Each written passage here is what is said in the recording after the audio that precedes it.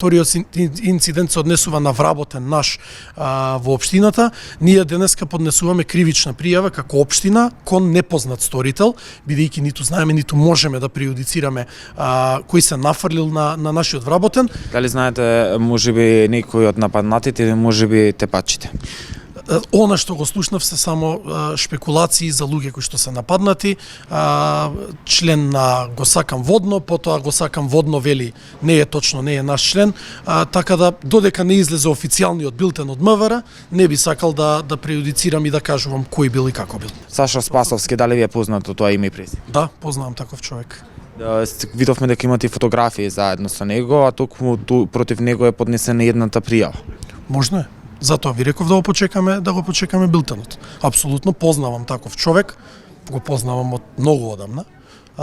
Затоа реков, билтенот што ќе каже, кон кого се поднесени пријавите, тоа е тоа што е најбитно. Затоа јас и со командирот разговарав и инсистирав да ги расветли случаите, бидејќи не сакам никаква дамка да се стави дека некој не одговарал и дека нешто се заташкало. Во однос на Спасовски, дали можеби да знаете на која населба е тој жител?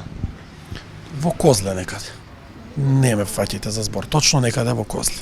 Не би знаел адреса или локација слично, мислам, нормално. Сакам да прашам, бидејќи вчера се шпекулираше на големо и буквално дел од присутните беа револтирани бидејќи тврдеа дека некој донел партиски војници во салата.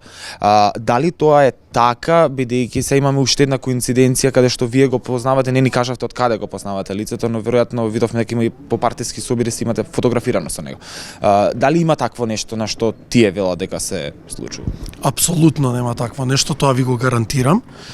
Она што се случи и гужвата што се случи вчера беше резултат на серија лажни вести и лажни дезинформации. Јас видов партиски активисти на ВМРО ДПМН од Жданец, препознав неколку од нив, бидејќи своевремено работели тука во општината, повеќе не работат, а за друго станато не би можел да ви кажам детално.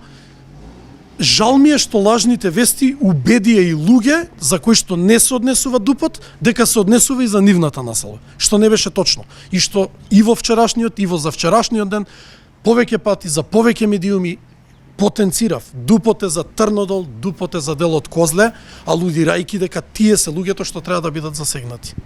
Кажавте дека сте виделе активисти на ВМРО ДПМН, дали видовте активисти на СДСМ? Не. Сега за сега не сум видел и немав ни многу време да видам. По она што го видов дел од граѓаните со кои што разговарав од Трнодол, бидејќи имавме работна средба. Дел од нив сум сигурен дека не ми оставиле впечаток дека имаат било каква партиска припадност, напротив, дел од граѓаните со кои што имав тука средба делуваа како најнормални совесни граѓани.